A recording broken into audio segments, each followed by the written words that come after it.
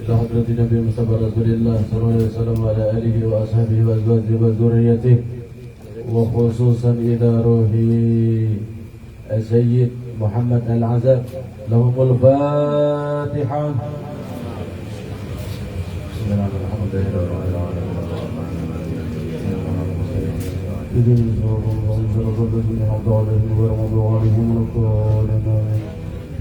فيا أيها الراجون منه شفاعة صلوا عليه وسلموا تسليما.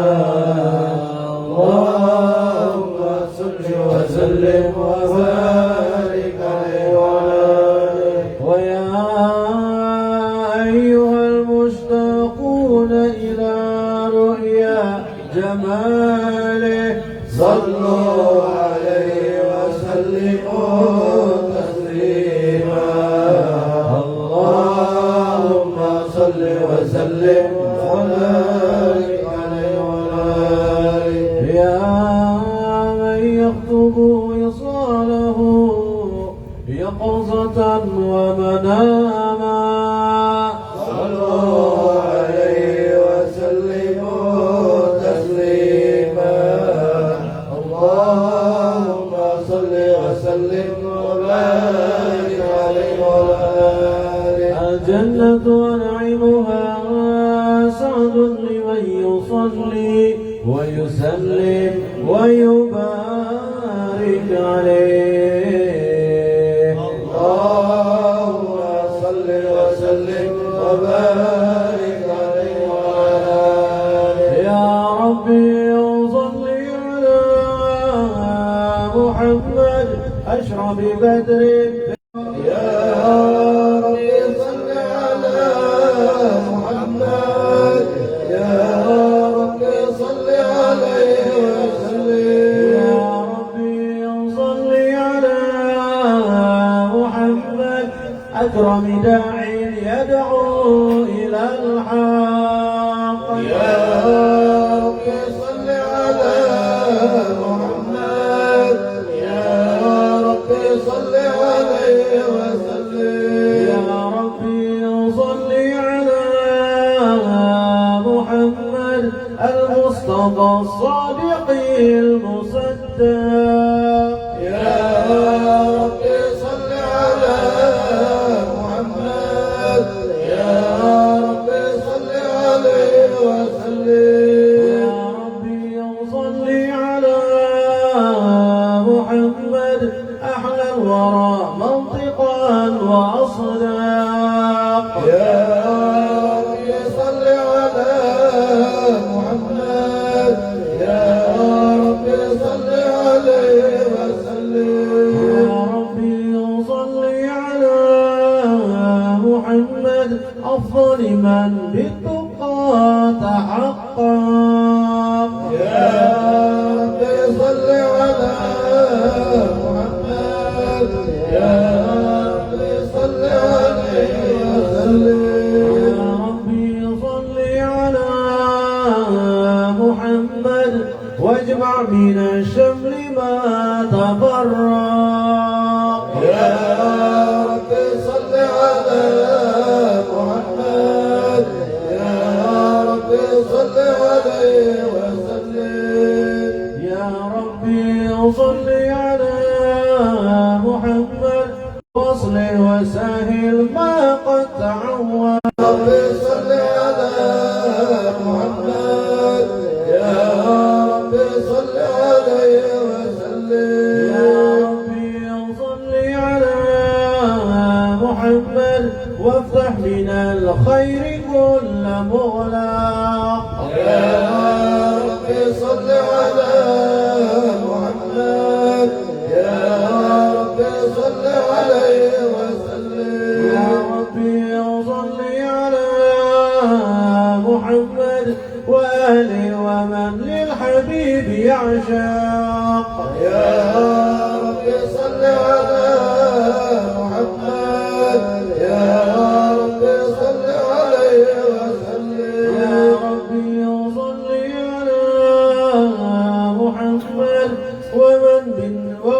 بحبل النبي توثق يا رب صل على محمد يا رب صل عليه وسلم اللهم صل وسلم وبارك عليه أعوذ بالله من الشيطان الرجيم لقد جاءكم رسول من أنفسكم عزيز عليه ما عنتم حريص عليكم بالمؤمنين رؤوف رحيم فإن تولوا فقل حسبي الله لا إله إلا هو عليه توكلت وهو رب العرش العظيم إن الله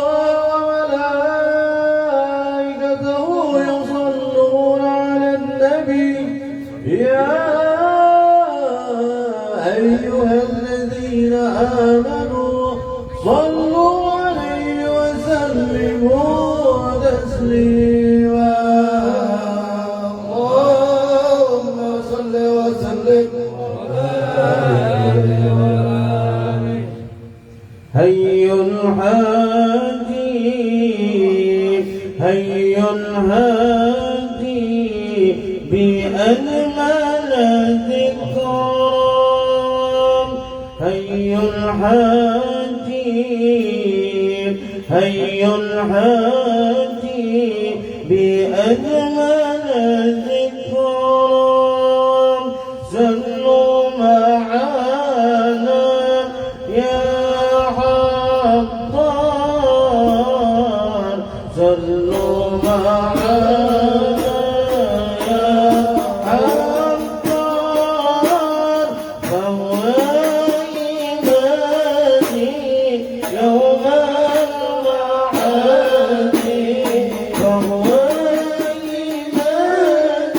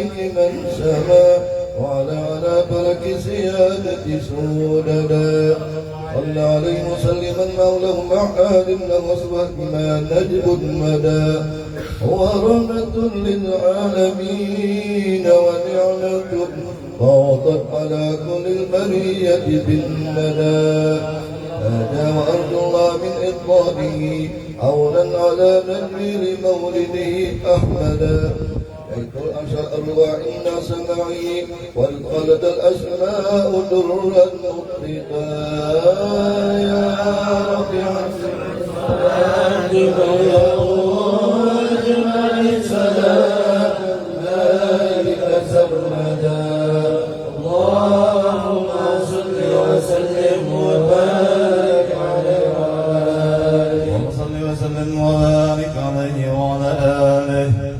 اعلم بأن الله قدر سابقا تكوينه هذا الجلال المفردا إذ قال جل لقبضة من نوره كوني بقدرتنا الحبيب محمدا وهو الحبيب المجتبى قدما كما قد صح هذا بالدليل واسندا وعليه في الازل النبوة افرغت ولنا به المولى المعظم وسعدا وبوجه آدم لح هذا النور إذ خرت ملائكة المهيمن سجدا ولسائر الأصلاب منهم نقلنا تستقر بوالديه وأكدا وحمى الإله بالسفاء وصوله وعلوا به شرفا أثيلا أمجدا ولوالديه الرب كما أحيا كما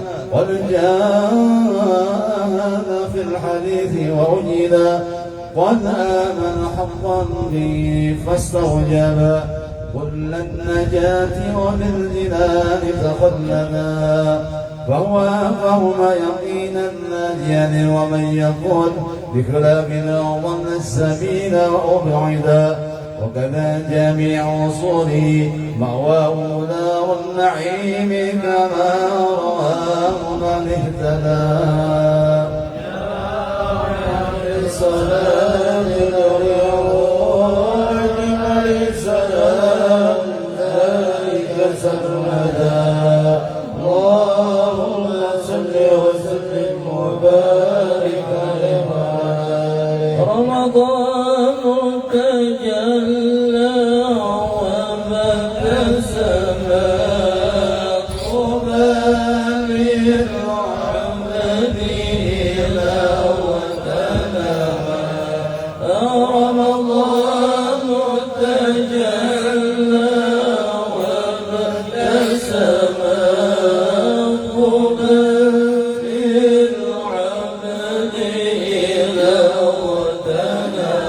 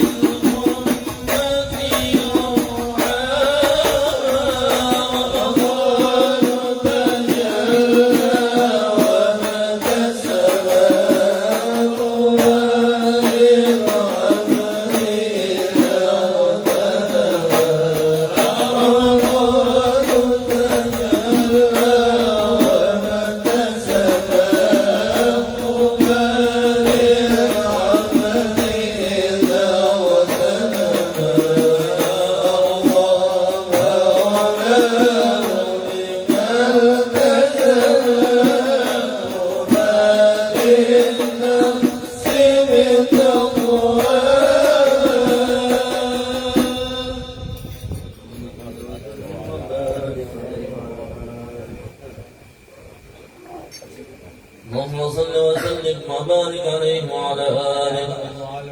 هذا ولما أراد إلهنا إظهاره السر المنصور الأسعدا اختص آمنة الرضاء من له ولها به أمن هنا وتأبدا حملت بجوهره الشريف وما شق ثقلا ولا وهنت بها طول المدى حملت بجوهره الشريف وما شق ثقلا ولا وهنت بها طول المدى حملت بجوهر شريف وما شقت ثقلا ولا وهنا بها طول المدى وهواتف الرحمن قد هتفت بها ومساج الأكوان قد سمعت النداء وتقول يا بشرى بقدم بنت المنى وحملت خير المرسلين الأمجدا صلى الله على سيدنا محمد صلى الله عليه وسلم صلى الله على سيدنا محمد صلى الله عليه وسلم صلى الله على سيدنا محمد صلى الله عليه وسلم وبليلة الحمل المعظم فتحت جنات وفردوس وطابت موردا والملك والملك وفيها وترى والأصوات والسرور تجددا وبعابها القرآن خذ في الورى من بعد جلب للبرية أجهدا وتباشرت من شرق والغرب الوحوش وبالصفا وطير المسرة غردا وهل شرك أصلا أصنامها منبوسة وأوانها لن يجحدا وبعام فتح القبود العام يذكر من فتوحات به لن تعدا وجمع أخبار الموت أخبارا وسابع وجه السمان توردا وتقول حرور بدر سعد مثل وفوق العلا لنرى الحبيب عن سعدا في عامه كل النساء كرامة للمصطفى حملت ذكورا مرشدا كم به وظهرت عجائب جمة عنها لقد ضاق النظام تعددا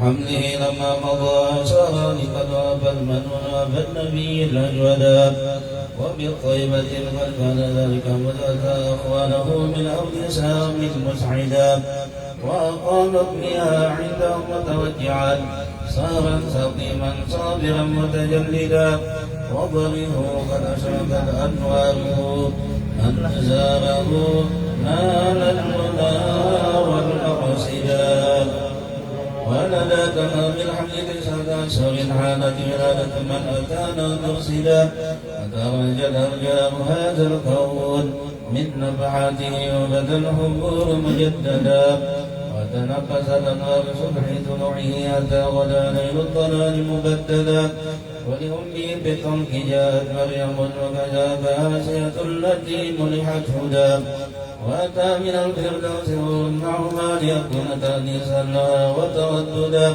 هناك قد جاء المقاد فأبرزت شمسا هدى خير الأنام المرحلا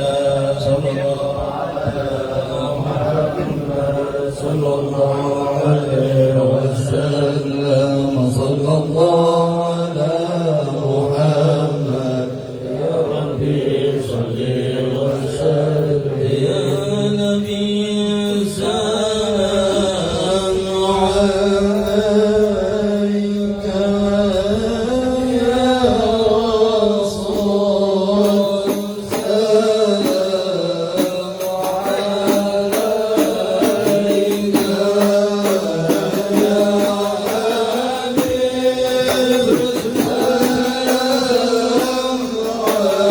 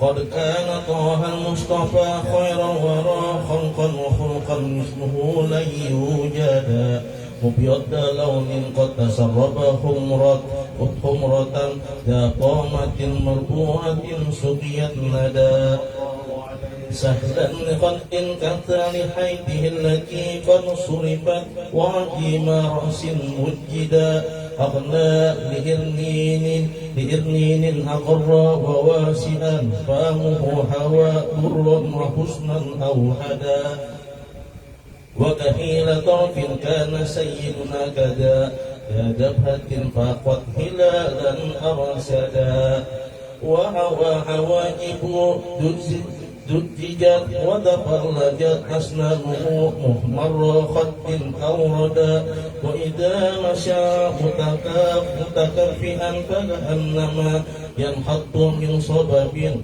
على مسترشدا من حسن طلعة وجهه الشمس اكتسب وبنور ضوء جبينه البدر ارتدى ويفوح منه شهجا يفوح بطيبه مسكا زكيا مستطابا أجوادا ويعظم السعفاء والفضلاء ولم يفكر فكيرا بل نداه تعودا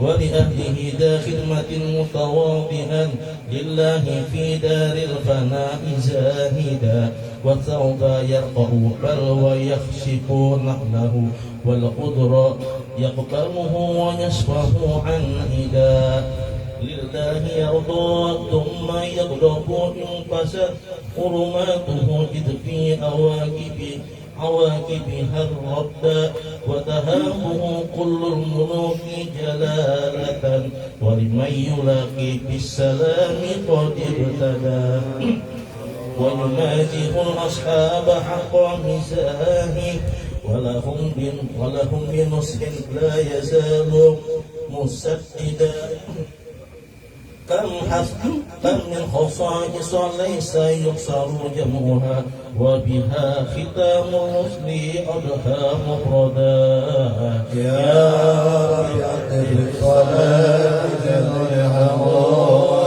والسلام عليك سلام اللهم صل وسلم وبارك عليه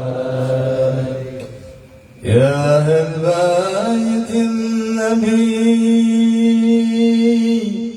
يا أهل الصفا والمناجاة بخت من حبكم يغفر بنا قد تمنى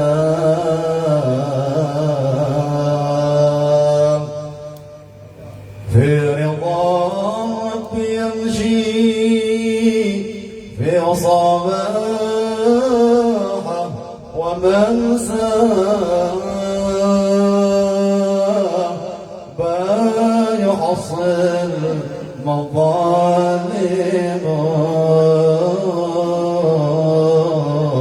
وما كان يرجى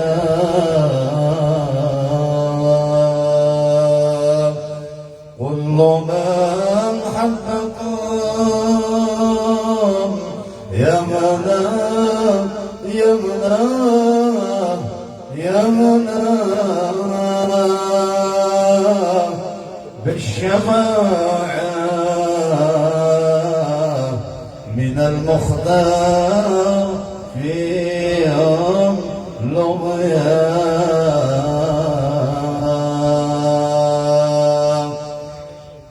سيدا السادات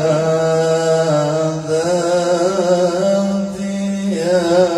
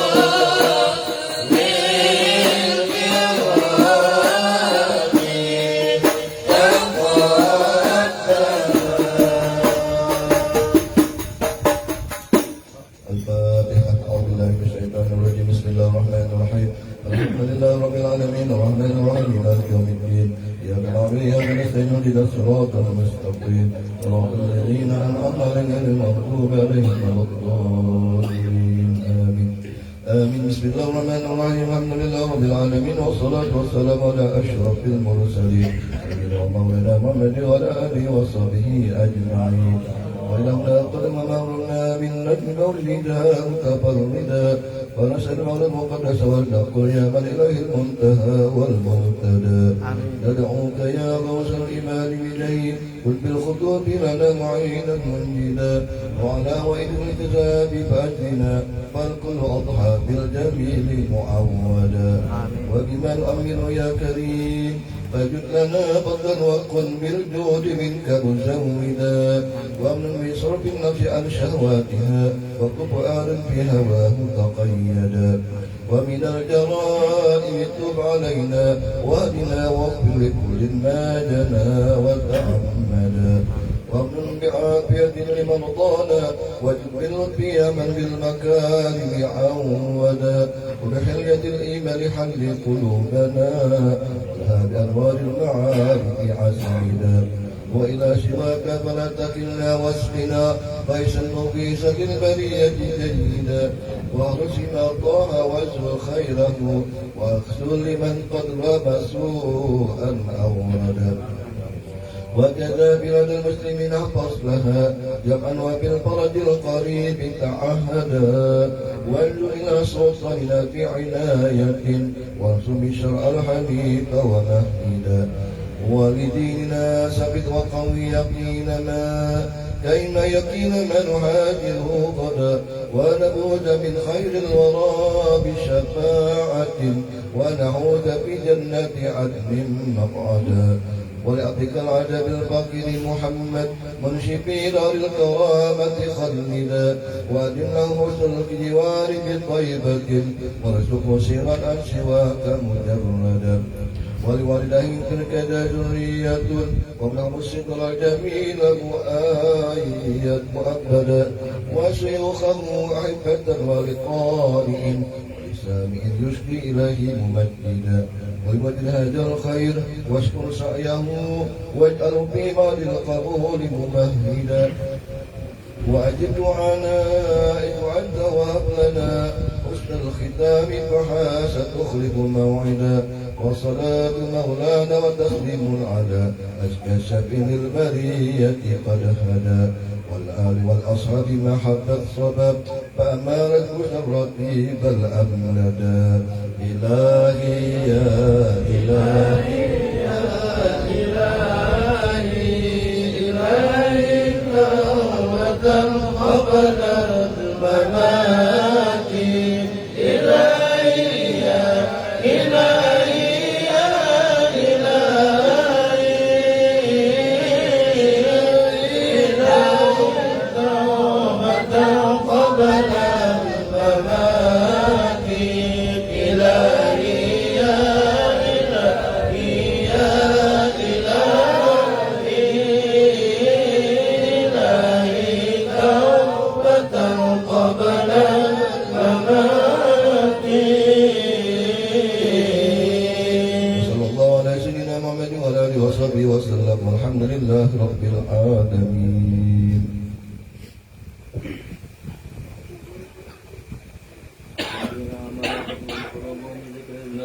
ألا بذكر الله تطمئن القلوب أفضل ذكري فاعلم أنه لا إله إلا الله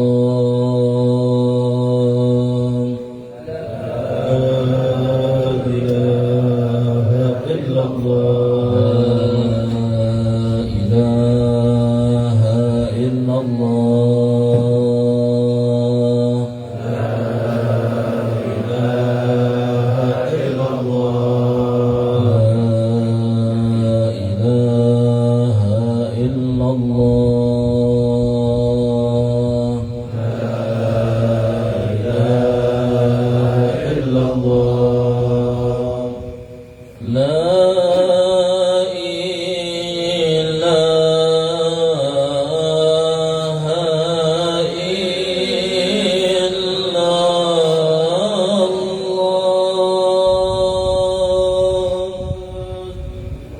لا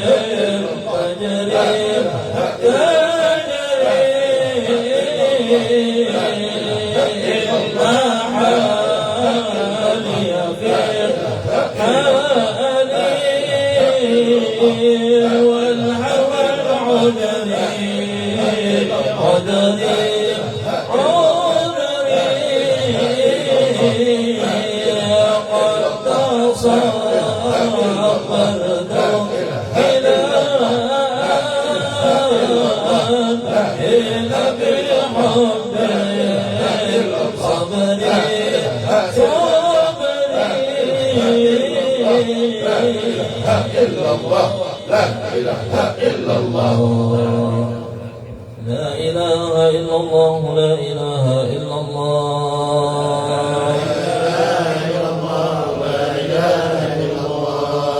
لا إله إلا الله لا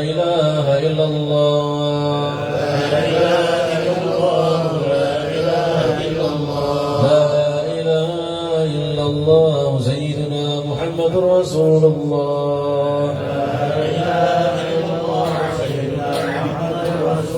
اللهم صل على سيدنا محمد اللهم صل عليه وسلم اللهم صل على سيدنا محمد اللهم صل عليه وسلم اللهم صل على سيدنا محمد اللهم صل عليه وسلم اللهم صل على سيدنا محمد اللهم صل عليه وسلم اللهم صل على سيدنا محمد يا ربي صل عليه وسلم اللهم صل على سيدنا محمد يا ربي صل عليه وسلم سبحان الله وبحمده سبحان الله العظيم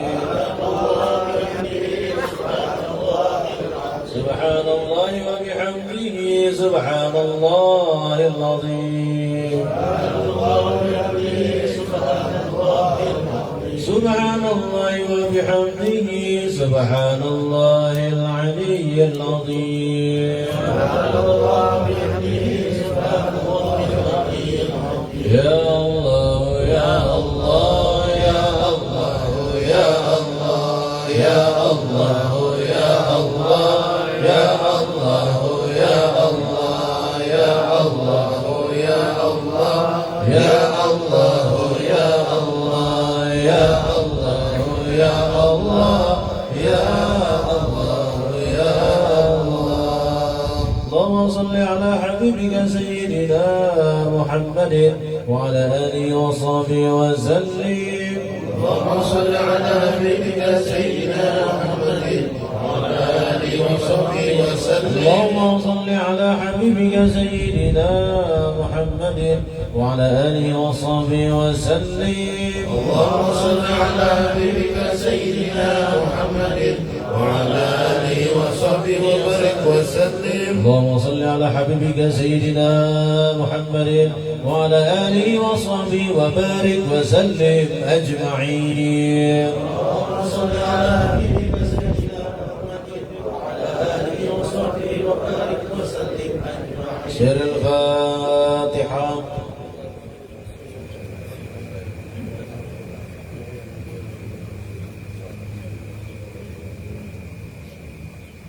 Amin amin ya Allah ya rabbal alamin. Bismillahirrahmanirrahim. Alhamdulillahi rabbil alamin wassalatu wassalamu ala sayyidina Muhammadin wa ala alihi wa sahbihi ajma'in. Amin. Allahumma inna nas'aluka an tuzilana ala qiraatina hadhihi wa ghayriha عظيما وأعطى تقبلها منا بفضلك وكرمك قبولا حسنا جميلا جليلا اجعل اللهم يا مولانا ثواب ما قرأناه وما هللناه وما كبرناه وما صبحناه وما صليناه وسلمناه إلى روح سيدنا ونبينا محمد صلى الله عليه وسلم زيادة بشرفه وكرامه ثم ثواب ذلك الأرواح آبائه وإخوانه من الأنبياء والمرسلين صلوات الله وسلامه عليه وعليهم أجمعين وعلى آله كله والصحابة والكرامة والتابعين وتابعين ومن تبعهم بإحسان إلى يوم الدين إلى أرواح أربعة الأئمة المجتهدين ومقلدين في الدين والعلماء العاملين والفقهاء والمحدثين والقراء والمفسرين والسادة الصوفية المحققين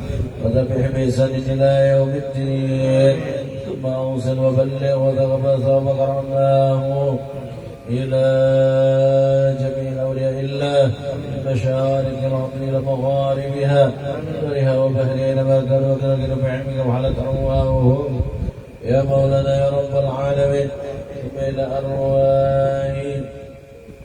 ثم إلى جميع أرواح مشايخنا ومعلمنا وأساتذتنا وإلى أرواح والدينا ولآبائنا ولأمهاتنا ولأجدادنا ولجداتنا ولقرباتنا ولإخواننا ولأخواتنا ولجيراننا من أموات المسلمين والمسلمات والمؤمنين والمؤمنات وخصوصا إلى روح كي حجي محمود حاصل في محمد حاصل ثم إلى روح الشيخ محمد Royan Yaini Sumaila Rohi Syekh Muhammad Kashful Anwar Sarwani Sumaila Rohi Syekh Muhammad Sumaila Rohi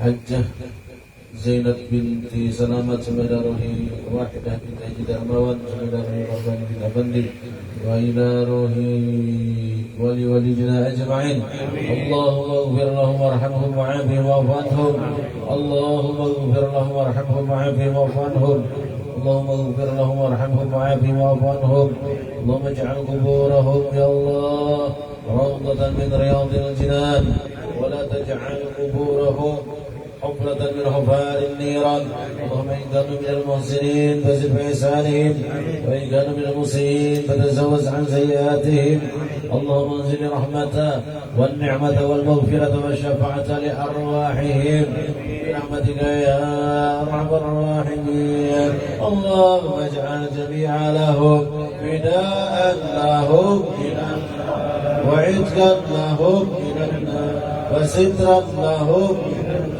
وحجابا لهم من النار ونجاة لهم من النار اللهم بحق سيدنا محمد وآل بيت سيدنا محمد أن لا تعذب لأرواحهم برحمتك يا أرحم الراحمين اللهم أدخلهم الجنة بغير حساب اللهم أدخلهم الجنة بغير حساب اللهم أدخلهم الجنة بغير حساب وارفع درجاتهم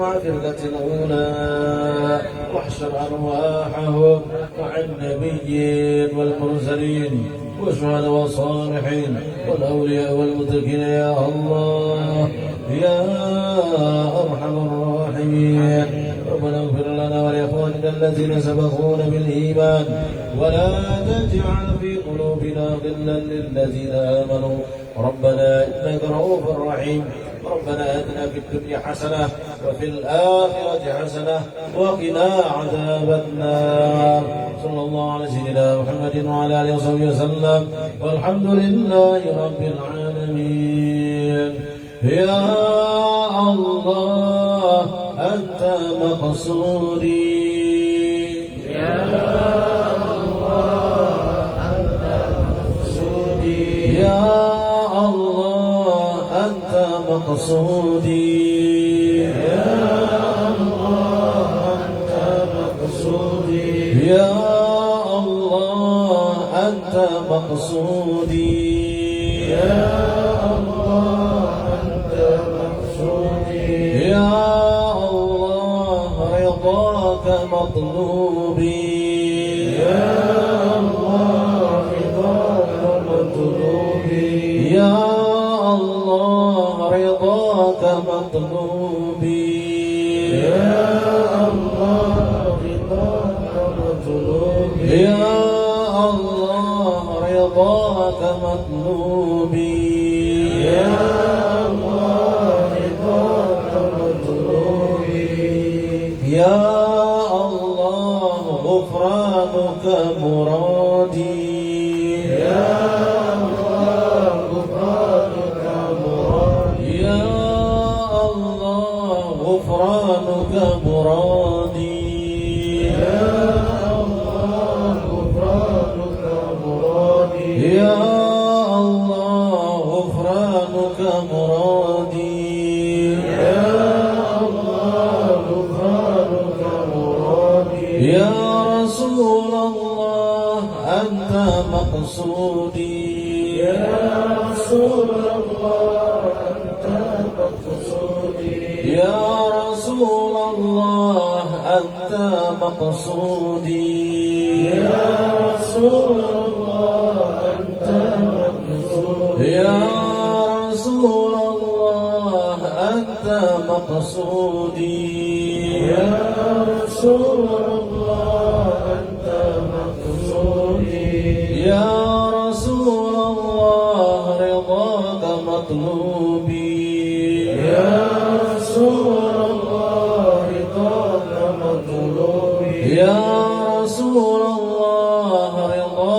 مطلوبي يا رسول الله رضاك مطلوبي يا رسول الله رضاك مطلوبي يا رسول الله رضاك مطلوبي يا رسول الله شفاعتك مرادي يا رسول الله شفاعتك مرادي يا رسول الله شفاعتك مرادي يا رسول الله شفاعتك مرادي يا رسول الله شفاعتك مرادي يا رسول الله شفاعتك مرادي الحمد لله رب العالمين.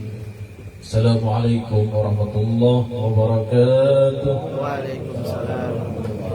الحمد لله رب العالمين والعاقبة للمتقين والصلاة والسلام على سيد الأنبياء والمرسلين سيدنا وحبيبنا ومولانا محمد وعلى آله وأصحابه وأزواجه وذريته أجمعين.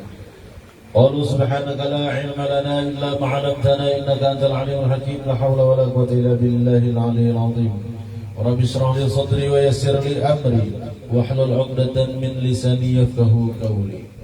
وقد قال تعالى في القرآن العظيم وهو أصدق القائلين: أعوذ بالله من الشيطان الرجيم. ألا إن أولياء الله لا خوف عليهم ولا هم يحزنون الذين آمنوا وكانوا يتقون لهم البشرى في الحياة الدنيا وفي الآخرة لا تبديل لكلمات الله ذلك هو الفوز العظيم. وقال النبي صلى الله عليه وسلم: اذكروا محاسن موتاكم أو كما قال صلى الله عليه وسلم. صدق الله العظيم وصدق رسوله الكريم ونحن على ذلك من الشهيدين والشاكرين والحمد لله رب العالمين. Hadratil Mukarramin yang ulun muliakan, para habaib dan para asatidz, para guru-guru agama, dan juga kepada seluruh hadirin dan hadirat rahimakumullah. Alhamdulillah pada malam hari ini kita dikumpulkan Allah Subhanahu wa taala di suatu tempat, di suatu titik, di Majelis Ta'lim Raudhatul Muhibbin ini. Yang mudah-mudahan perkumpulan kita pada malam hari ini menjadi saksi fi yaumil qiyamah atas mahabbah kita kepada baginda Rasulullah sallallahu alaihi wasallam.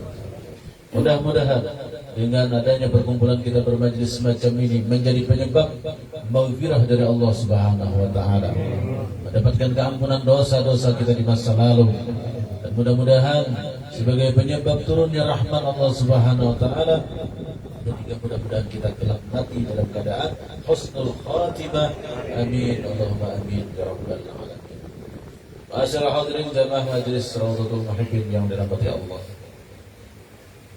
Sebentar lagi kita akan menjumpai bulan kemuliaan, yakni bulannya umat Rasulullah, Syahrul Ramadan, Syahrul Ummati. Ujar Rasulullah, bulan Ramadan adalah bulan umatku. Satu umat lagi, sebentar lagi kita akan menemui bulan suci Ramadan. Mudah-mudahan kita diberikan kesehatan, keafiatan, usia yang panjang hingga bisa menemui bulan Ramadan ini. Dan bulan Ramadan yang di tahun akan datang bisa berkumpul lagi kita di tempat yang sama, di tempat seperti ini. Amin.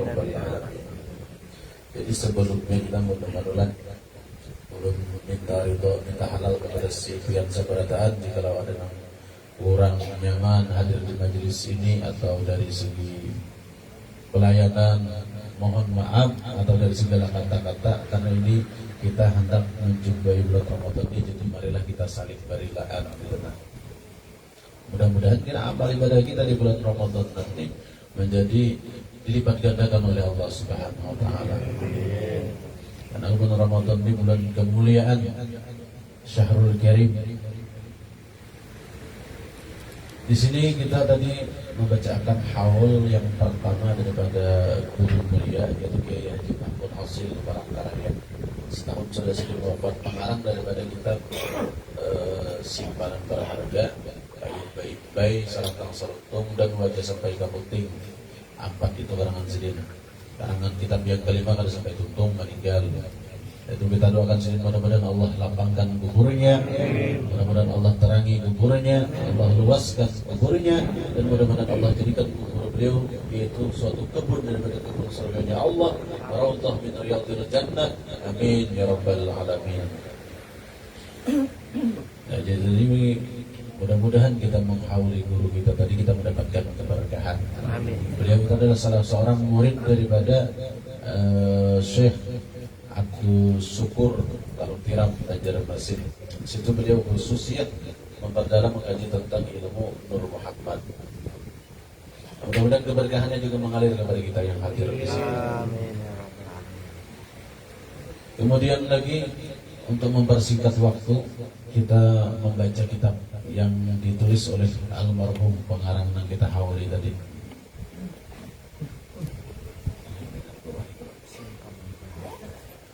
Sampai lapan pada pasal barat.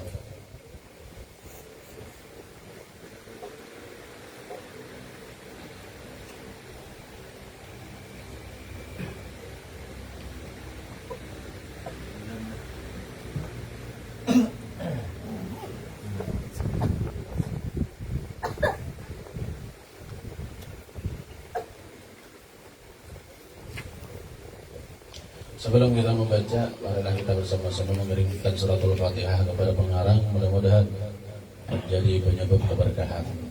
Ila hadratin Nabi Mustafa Rasulullah sallallahu alaihi wasallam wa ala alihi wa ashabihi al-kiram, wa khususan ila rahim mu'allif hadzal kitab Al-Syekh Al-Hajj Muhammad Hasil bin Muhammad Hasil Al-Fatihah. Bismillahirrahmanirrahim. Alhamdulillahi rabbil alamin. مالك يوم الدين إياك نعبد وإياك نستعين اهدنا الصراط المستقيم صراط الذين أنعمت عليهم غير المغضوب عليهم ولا الضالين آمين. بسم الله الرحمن الرحيم. فقال المؤلف رحمه الله تعالى ونفعنا به وببركة علومه بالدارين آمين يا رب العالمين. وكل من الأنبياء والأولياء وسيلتهم سيدنا محمد صلى الله عليه وسلم. Artinya sekalian atau semuanya daripada golongan para nabi-nabi dan para wali-wali yang memperoleh derajat kenabian dan kewalian karena mereka selalu berwasilah dengan Nabi besar Muhammad sallallahu alaihi wasallam. Hubungan yang sempurna dalam salawat. Nah, jadi ujar situ, para nabi-nabi, para wali-wali, semuanya itu tidak lepas wasilah kemuliaan mereka itu mendapatkan derajat di sisi Allah, mendapatkan pangkat nubuwah dan wilayah. Mereka semua itu berwasilah kepada baginda Nabi besar Muhammad sallallahu alaihi wasallam. Nah, oleh karena itu juga kita selaku umat disuruh wabtaghu ilaihil wasilah. Disuruh juga kita tuh berwasilah kepada Nabi Muhammad sallallahu alaihi wasallam. Karena para nabi-nabi, para wali-wali pun semuanya berhinggap ke situ, berwasilah ke situ. Apalagi kita.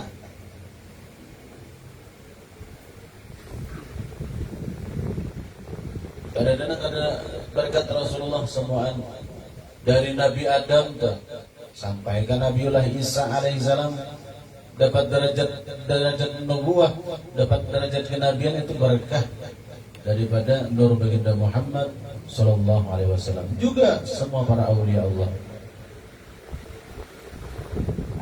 Sebutkan lagi di sini Sayyidi Ahmad Al-Badawi rahimahullah berkata, "Man darajatin nabiyyun tahta liwa'ihi fahum minhu wa ilaihi."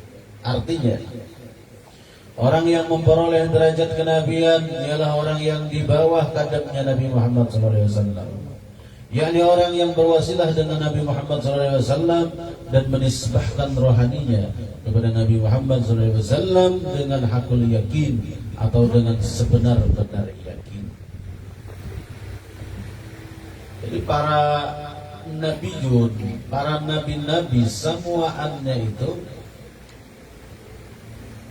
wasilah mereka mendapatkan derajat kenabian itu tidak lain dan tidak bukan daripada baginda Nabi Muhammad sallallahu alaihi wasallam keberkahannya.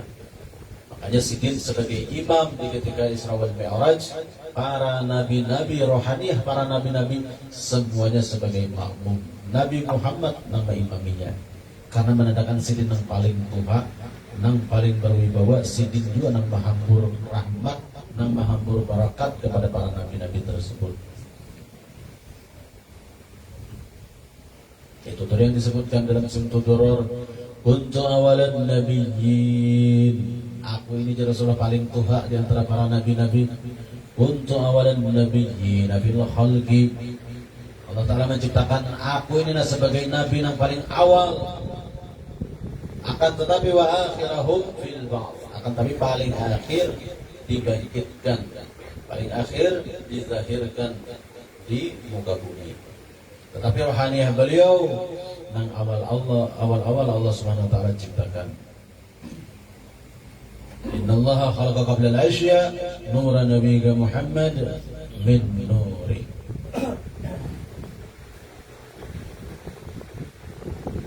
Yang pertama di sini supaya benar-benar hakul yakin kita itu bernisbah rohaniah kita kepada roh baginda Rasul sallallahu alaihi wasallam. Minggu semalam sudah tahu kita kayak apa caranya supaya fa inni qarib. Allah Ta'ala fa inni qarib itu mau kada mau kita berwasilah dengan Muhammad. Kalau kada berwasilah dengan di situ maka bahaya jadinya.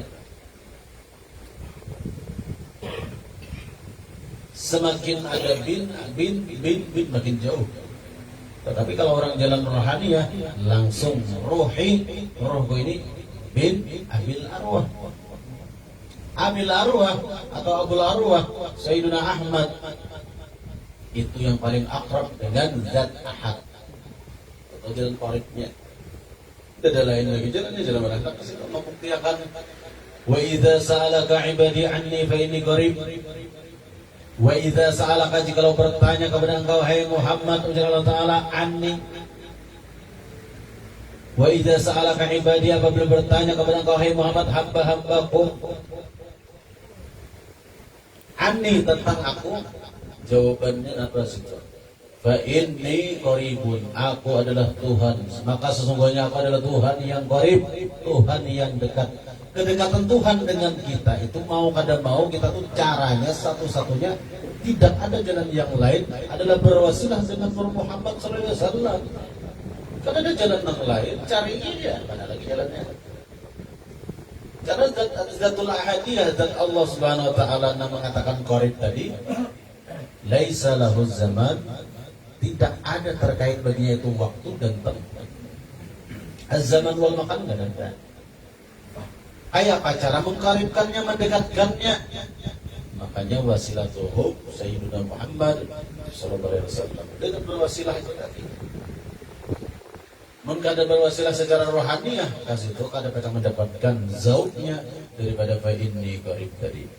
Mafhum mukhalafahnya, bila orang itu meninggalkan wasilah kepada nur baginda Muhammad, maka fa inni ba'id, aku tuh jauh loh nikam di sini.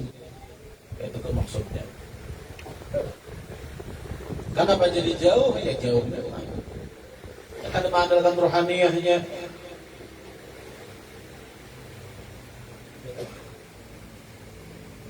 Kami minggu tadi sudah ada ulun urayakan di papan tulis dengan kenapa jadi bait, kenapa jadi qarib. Nah, itu.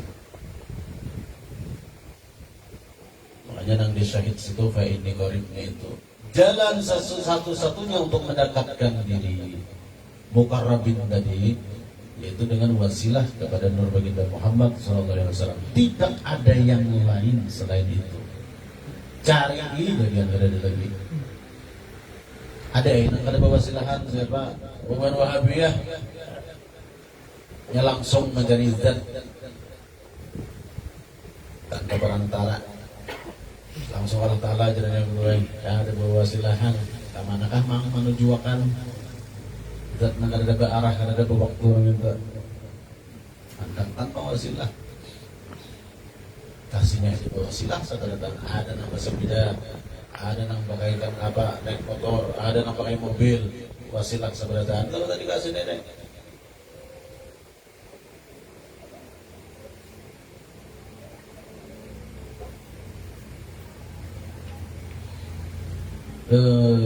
li'anna anbiya wal awliya, ini nomor kedua, manisbah. Yang pertama bahwa diri jasmani dan rohani adalah daripada Nur Muhammad sallallahu alaihi wasallam. Jadi kita itu untuk berwasilah supaya mencapai hakul yakin, sebenar-benar yakin, bukan sekadar dia yakin akan. Maka yang pertama izin ingati, yakini dengan sebenar-benar yakin bahwa diri jasmani dan rohani adalah satu, sumbernya terbitnya daripada Nur baginda Muhammad sallallahu alaihi wasallam. Maka jasmaniyah kita ini bernama Nur, roh kita juga bernama Nur, maka itulah yang disebut dengan Nurun 'ala Nur. Kita ini disuruh kembali minal zulumati ila Nur. Diperintahkan dalam Al-Quran untuk kembali kepada Nur, bukan ilan nar, neraka, ilan Nur.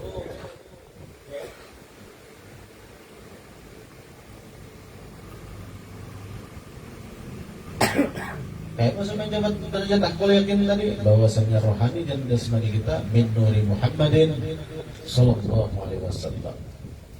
Nah, kalau sudah di situ kita nisbahkan beristighraq ke situ, baru kawan mencapai apa tadi?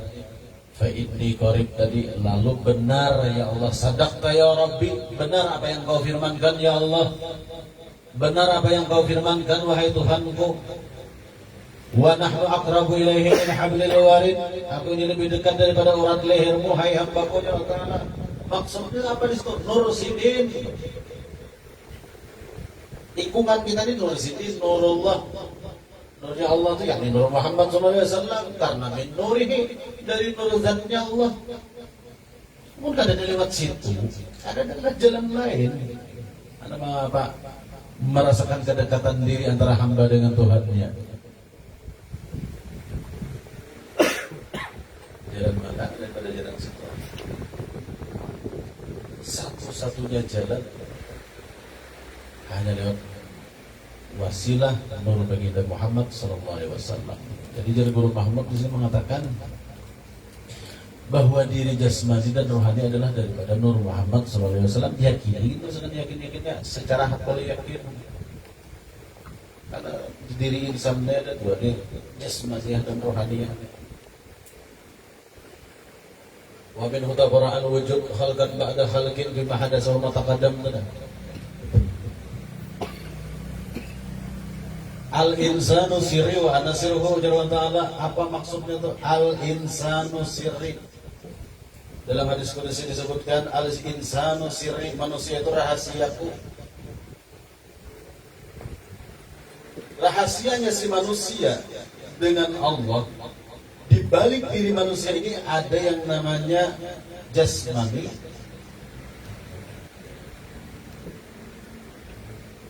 nah kedua rohani.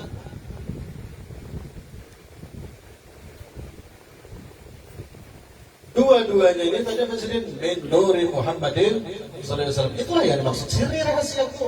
Maksudnya al-insanu nuri, manusia itu dari nurku. Itu maksudnya. Karena sebenar-benar Nur Muhammad itu adalah nurullah.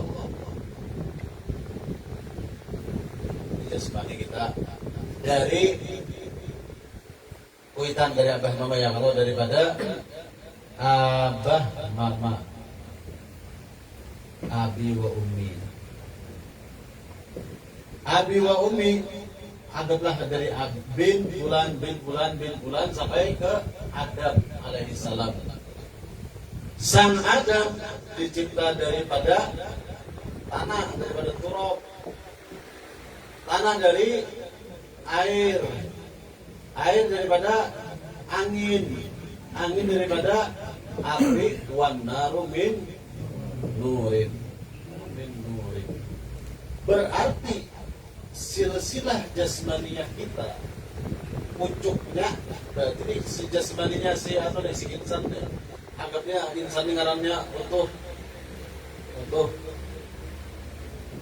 Si insan manusia yang bernama utuh ini tadi, jasmaninya, maka jasmani setelah jasmaninya ini pucuknya akhirnya adalah Nur Muhammad SAW bin Nuri Muhammadin sallallahu alaihi wasallam. Nah, maka nampaklah jasmani kita ini bernama Nur Muhammad. Kita aslinya kan. Kemudian rohani kita ini nah, nang di dalam. Ini jasmani ini nang zahir. Nah, nang zahir, rohani ini nang batinnya nang di dalam. Roh kita ujar si Dinna ini nah. Ana minallah wal mu'minuna minni. Roh orang mukmin itu dariku, ujar si Nur Muhammad tadi. Maka ini bila wasitatin langsung dari sini. Bila wasitatin tanpa perantara. Tanpa perantara. Kalau orang ini biwasitatin dengan perantara. Khalqan ba'da khalqin, kelahiran demi kelahiran. Nah, khalqan ba'da khalqin, kelahiran demi kelahiran ini. Seperti api melahirkan angin, angin melahirkan angin, warihu melahirkan air, wal ma'u melahirkan turab, melahirkan tanah, wa turab dan tanah apa? Menjahirkan Adam melahirkan anak. Ada dulu dari jalan Hawa, ayunya dari rusuk Hawa. Hawa ini dari mana? Bintol atihi, dari rusuknya Adam juga. Asal kejadian Hawa ini, lalu Hawa yang melahirkan anak-anaknya ini. Keturunan Adam tadi sampai kamu hak kita nampakkan utuh ini tadi si insannya tadi. Maka silsilah jasmani yang insan ini secara jasmani untuk mencapai Nur Muhammad ini, dan Nur Muhammad inilah yang paling akrab dengan zat ahad. Qul huwallahu ahad. Ini zat ahad ini. Ini hanya Nur Muhammad ini yang paling akrab, paling dekat. Akrabu, yang paling dekat dengan zat ahad hanya Nur Muhammad ini nih. Kalau secara jasmani ya, bin khalqan ba'da khalqin, itu jalannya ba'id, sangat jauh. Jadi orang nama andalkan ana bin fulan adalah jalan kejauhan. Semakin bin makin berjauh bukannya tasinggung tasarah kayak itu sudah kan nyataannya. Al-afu minkum banyak nih. Ada ibn fulan. Menjauhi jarak. Lagi nggak sih itu mengandalkan nasab? Nih, orang mengandalkan nasab jasmaniyah, ba'id minallah. Supaya qarib, ini qarib ya, Ini sini lah. Roh kita dari Abul Arwah dari zat ahad. Sini lah jalan qarib. Ba'id li qarib. Nang ini dimaksud wa nahnu aqrabu ilaihi min hablil warid. Nang ini dimaksud Allah Ta'ala fa inni qarib. Jalan rohani, bila jalan jasmani fa inni ba'id. Aku jauh lawan muhaikam. Apalagi disombongkan nang alim pada Tuhan seorang walau batuhub. Parai.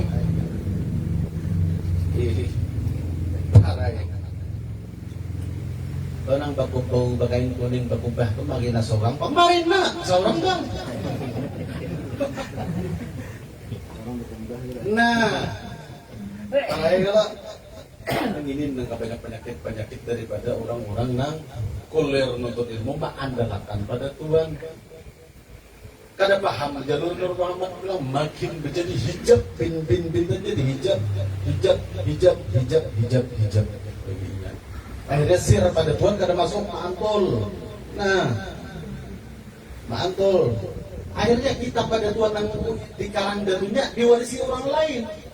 Karena orang lain yang kampus hijabnya, nyata hijab ini bin tadi, lalu ada nguasai kita pada Tuhan. Itu penyakit batiniah kebanyakannya di situ. Tak andalkan nasab, ya jalan sini kan. Jalan baik akhirnya tak tipu. Nang kada tak tipu coba andalkan rohani kita. Roh kita terbit daripada Abul Arwah, yakni Nur Muhammad dan Nur Muhammad daripada Nur Zat. Sini akrabnya, sini dekatnya. Lalu yang dimaksud al-insanu sirri itu ya jalan sini, rohani insan nang ini. Wa ana sirruhu, dan aku rahasianya semanusia. Antara manusia dan Allah memiliki rahasia. Apa rahasianya? Ya, rahasianya adalah fa'inni qarib, kedekatan hamba dengan Tuhan lewat wasilah Nur Muhammad. Inilah rahasianya insan kepada Tuhannya. Tidak ada jalan lain lagi mendekatkan diri kepada Allah tanpa wasilah Nur Muhammad. Jalan mana ulun katakan jalan mana? Ada jembatannya yang lain daripada lewat Nur Muhammad. Ini kan ada lagi. Jangan menganggap ketinggian, bukan ketinggian ngaji Nur Muhammad pun aku ketinggian sana. Mau merasa ketinggian, angkat kaki menjauh.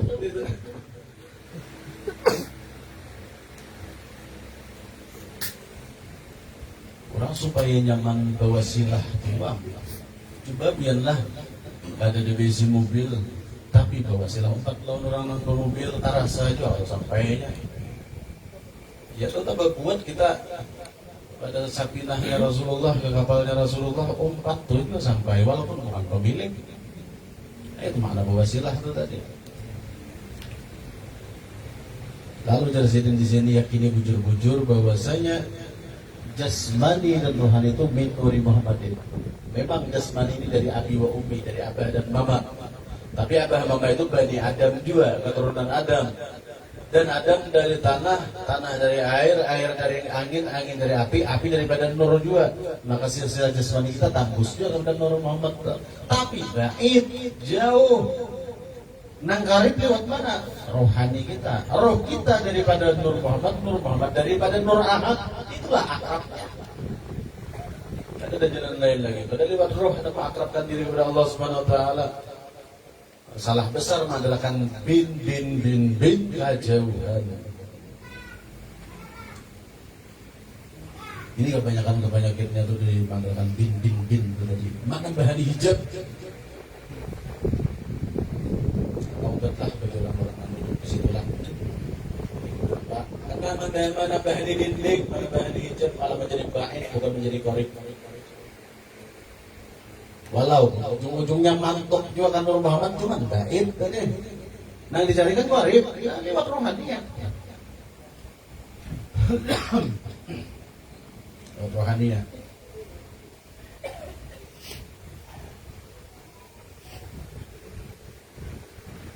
Kemudian pulang Jalsidin yang kedua, supaya mencapai hakul yakin bahwasanya diri kita ini daripada Nur Muhammad SAW. Yang pertama tadi dengan diyakini dengan sebenar-benar yakin bahwa diri jasmani dan rohani adalah daripada Nur Muhammad.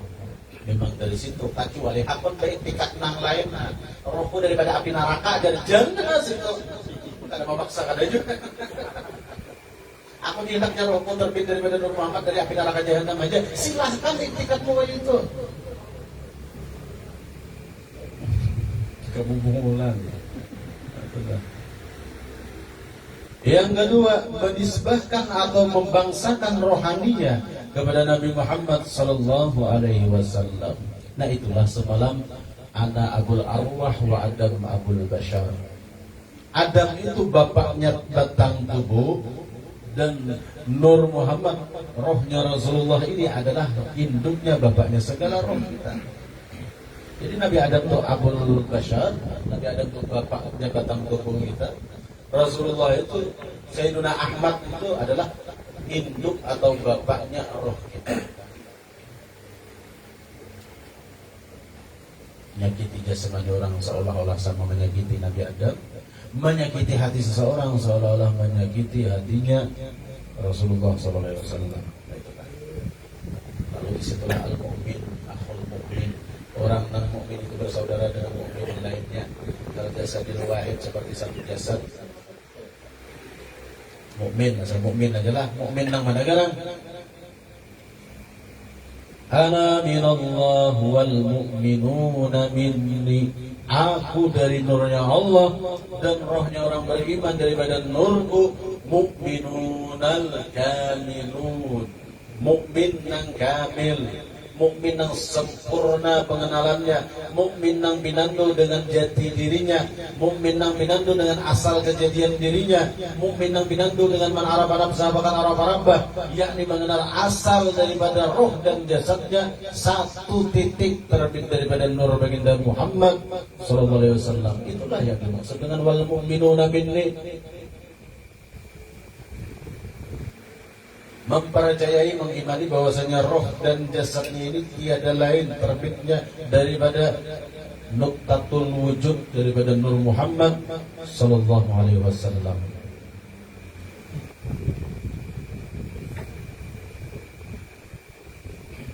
Yang kedua, ujar Sidin menisbahkan atau membangsakan rohani kepada Nabi besar Muhammad sallallahu alaihi wasallam. لأن الأنبياء والأولياء صلوات الله عليهم ملحقون به لحوق الكامل ومنسوبون إليه منسوب الفاضل. Artinya bahwa para nabi dan para wali, semoga rahmat Allah melimpahi kepada mereka, mereka peroleh derajat kenabian dan derajat kewalian karena mereka hubungkan rohani mereka kepada Nabi Muhammad SAW dengan hubungan yang sempurna, dan mereka menisbahkan rohani mereka kepada Nabi Muhammad SAW dengan nisbah hubungan yang sempurna. Kalau sempurna, kita sempurna. Biasanya tak ada batu dalam bulat, laksana kapal nangkaram di lautan, tidak ada kelihatan lagi sedikit pun. Nah, ada wujud banyu aja lagi, wujud kapal hilang. Istighraq tenggelam. Kayak itu juga. Yakinakan dengan sedikit kita terbit dari sini. Rahmatan lil alamin ya Rasulullah. Wujud kita ini dari ujung kaki sampai ujung, dari ujung rambutnya sampai ujung kaki ini diliputi roh dan jasad kita, zahir dan batin kita tiada lain. Hasilnya berkat jasa sang rahmatan lil alamin juga. Lalu akhirnya memandang diri kita ini, tak pandang rahmatnya Allah. Itu perkataan para sholihin di Baharik. Lau ghaba anni Rasulullah sallallahu alaihi wasallam turfata ainin. Seandainya Rasulullah itu sekejap mata saja gaib pada diriku ini, hilang pada diriku ini, fa inni ghairu muslimin, aku ini kada pantas mengaku Islam. Amun Rasulullah itu sekejap mata, turfata ini hilang pada diriku ini, aku ini kada pantas mengaku sebagai orang Islam di sini. Karena sedikit paham firman Allah dalam Al-Quran, wa'lamu anna fikum Rasulullah, ketahuilah pada setiap diri kalian ada mengandung sirnya Rasulullah, mengandung nurnya Rasulullah. Jangan ada diyakini mengandungnya apa? Mengandung darah Abu Jahal, mengandung nurnya Rasulullah. Karena itu wa'lamu, kaji ilmunya, maksudnya wa'lamu itu kaji ilmunya, asal kalimatnya alimah maksudnya kaji ilmunya, bahwasanya di setiap diri kalian ada mengandung nurnya Rasulullah. Unsur Al-Quran itu diingkari, tahun lagi. Lalu di situ salah seorang aulia Allah yang berkata wa'lam apa, mengenal ayat wa'lamu anna fikum Rasulullah tadi, lalu mengisbatkan, menyatakan sekejap mata pun Rasulullah itu hilang pada diriku, maka aku pada pantas mengaku orang Islam. Ayat apa hendak hilang? Galapung itu daripada wujud untuk, amun untuk itu bahan bakunya daripada galapung.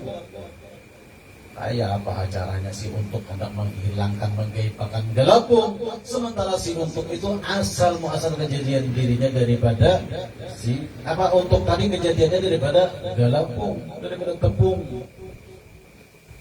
Kada kawah hendak dihilang-hilangkan. Karena apa? Wahwa aslu, bahwa apa tuh? Nur Muhammad itulah asal daripada wujudina, asal daripada wujud kita. Aslu kulli mawjudat adalah asal dari segala yang ada, termasuk diri kita. Memang tidak dihilang-hilangkan. Kalau ada digaib-gaibakan, laksana wadai untuk kais atau limping, semuanya itu karena kau menghilangkan wujud gelapung, karena asal kejadian daripada mereka semua wadai-wadai yang tadi daripada gelapung. Begitu juga kita selaku insan nang ini, kadang kau ada menghilangkan daripada Nur Muhammad SAW pada diri kita. Nah itulah yang kita tafakuri, yang kita ingat-ingat supaya kita itu berwasilah kepada nur tersebut agar mencapai derajat yang akrab kepada Allah SWT, agar terbilang minal muqarrabin, supaya kau kita mengatakan sadaqta ya Rabbi, benar engkau ya Allah, sadaqta ya Rabbi, benar apa yang kau katakan ya Allah, fa inni qarib, sesungguhnya aku adalah Tuhan yang dekat dengan hambaku, benar ya Allah. Paham, akhirnya kita tahu dengan berkat apa? Dengan berkat wasilah kepada nur baginda Muhammad sallallahu alaihi wasallam tadi. Jadi yang diutamakan ialah cara wasilahnya lewat rohaniyah. Karena lewat rohaniyah itulah yang mencapai qarib, dekat tadi. Kalau jasmaniyah ba'id, jauh.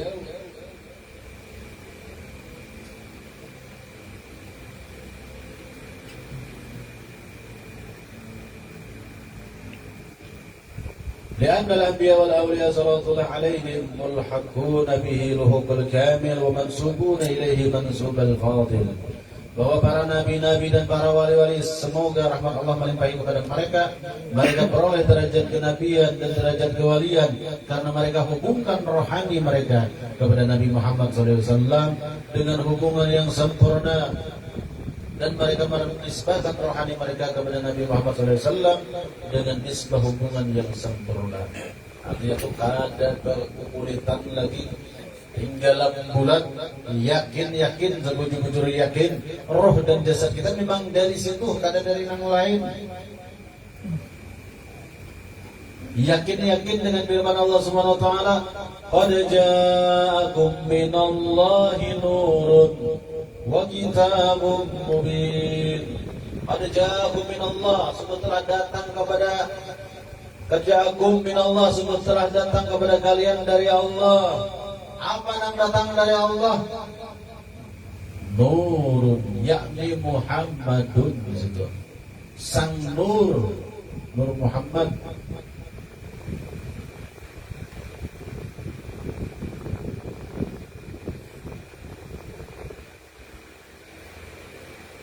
ولا يجوز إسناد تلك العبارة إلى الاسم محمد صلى الله عليه وسلم.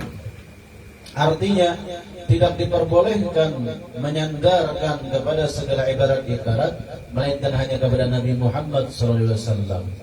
Dari menyandarkan kepada segala ilmu dan segala diri, karena segala ibarat-ibarat tertutup atau terhijab akan terdinding jasmani dan rohani, serta terdinding segala ilmu, terkecuali disandarkan itu jasmani dan rohani serta segala ilmu kepada Nabi Muhammad SAW.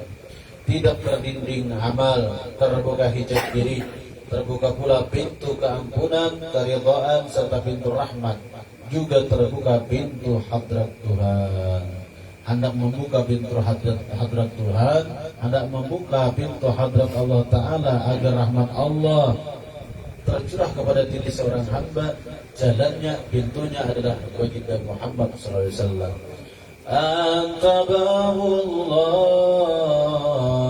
mu'tamadi, engkau adalah pintunya Allah, wahai Rasulullah. Anta babullahi mu'tamadi, sudah dimu'tamati, sudah disepakati bahwasanya baginda Rasulullah adalah babullah, pintu hadrat Allah, pintu agar mencapai mendapatkan rahmat dari Allah Subhanahu wa taala. Untung benar kita diciptakan, ditakdirkan sebagai umat Rasulullah, sang rahmatan lil alamin ini. Mudah-mudahan kita diakui baginda Rasulullah Nabi Muhammad sebagai umat.